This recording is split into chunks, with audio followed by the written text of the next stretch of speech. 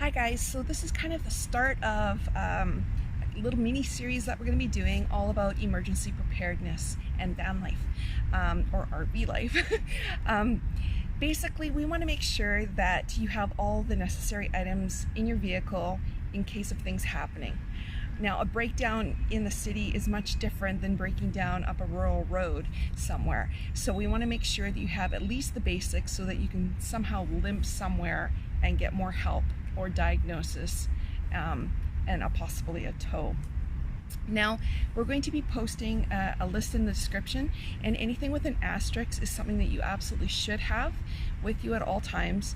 And the ones that don't have an asterisk are things that are optional or things that you can upgrade to in the future. And the more time that you spend off-road or out of city, you want to make sure that you have more and more of those items to prevent getting stuck or lost somewhere and potentially somebody not finding you.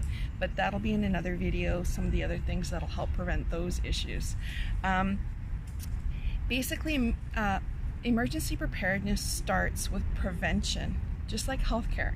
And if you can prevent a breakdown, you're so much further ahead. So that means properly maintaining your vehicle at all times. And we will eventually be doing a video on maintenance schedules and things like that, how often you need to look at things, when you need to, and the things that you need to do.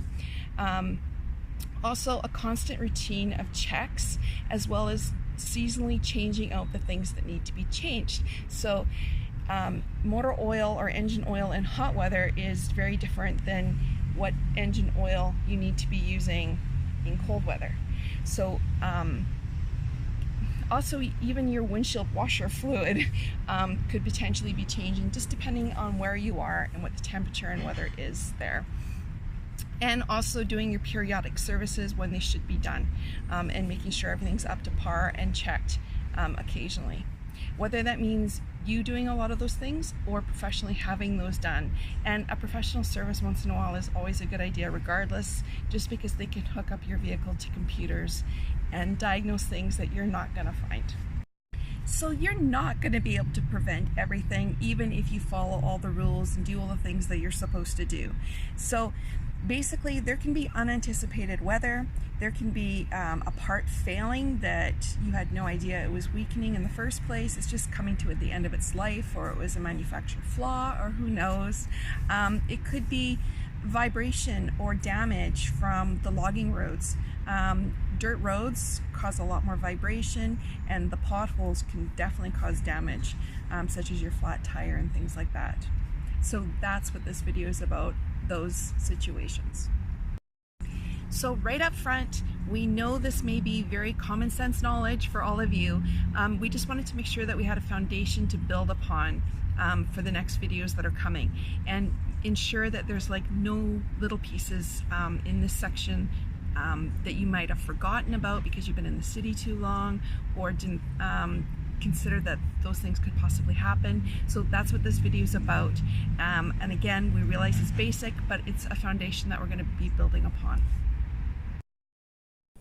So if you've ever had a flat and needed to replace your tire, you would hope it would go something like this. Unfortunately, that's not always the case, and it can seem like it's going much more like this. Or worse, you didn't secure it properly, and this can happen to you going down the road. Be prepared. Make sure that you have a good condition spare tire already on the rim at the proper pressure before you leave. Make sure that you have a working jack with all the pieces. And definitely you'll need a lug wrench and pry bar in order to complete this. Now we're showing you two different kinds here. Now, as an extra bonus, or if you're off-road a lot, you can go with a 12-volt inflator, which would help inflate the tire to get you to emergency help. Or keep a spare can of tire repair and inflate spray. Now, we really hope our vehicles like this beast and can perform like this on ice and water. Unfortunately, this is probably more the reality of it. But you can definitely be prepared for some of this. You can carry chains Just make sure that you try to put them on your vehicle at least once before you try to do it in the snow. And there's another thing called traction mats that are very useful. They come in a rubber plastic, or like these ones, these are aluminum ones. Or you can be like us and just carry a good old shovel, because there's usually lots of sand and salt on the side of the road that you can use. So you could potentially hit a soft shoulder and go off-road and need a hand getting out. Well, you can either have a beast of a winch on your unit, which can help pull you out, or you can carry tow ropes, meaning somebody else would probably have to help you get out of the situation. And there's a third option that you can use ropes with a ratchet that will actually help you get out of the situation as well.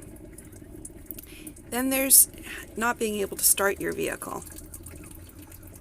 And you definitely need to keep jumper cables. We can't tell you how many times we've come across people needing a jump start and none of them carry jumper cables. That's an absolute necessity, especially if you go off-road. You can also use a Trickle charger and use your house batteries to recharge your battery to get out of a dangerous situation. Absolute minimum tools would be an adjustable wrench, a screwdriver, a utility knife, and good old duct tape.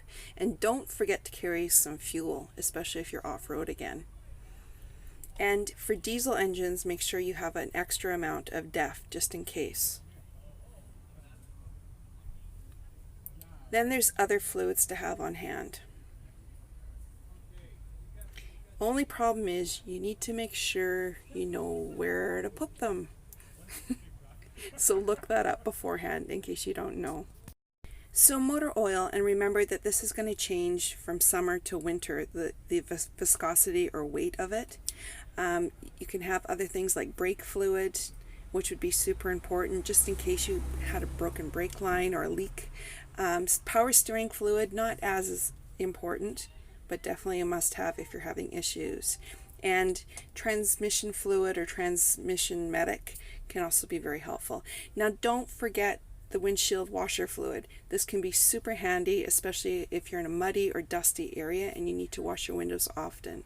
And it's best to buy pre-mixed radiator coolant. A thermostat is a very handy item to keep around, especially because they always seem to go at the most unopportune times. As well as assorted fuses, and there's a device that can actually help take them out easier. And having a tester on hand is not a necessity, but it's something that could be really helpful trying to figure out what's wrong. Then there's lights. Now sometimes you might need to carry an entire light just in case. But many times you can just carry replacement bulbs.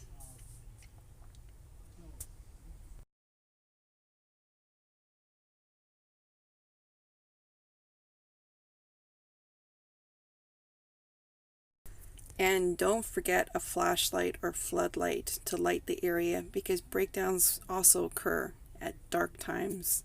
And glow sticks would be good for other motorists to know that you're in the area, just in case. So we really hope you enjoyed this video. We hope that it's comprehensive enough. We realize it is basic, like we said earlier, but if you do like it, please give it a thumbs up.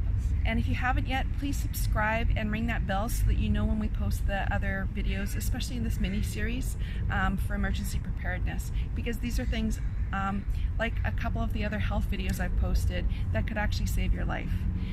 So please give us your feedback. It's super important to us.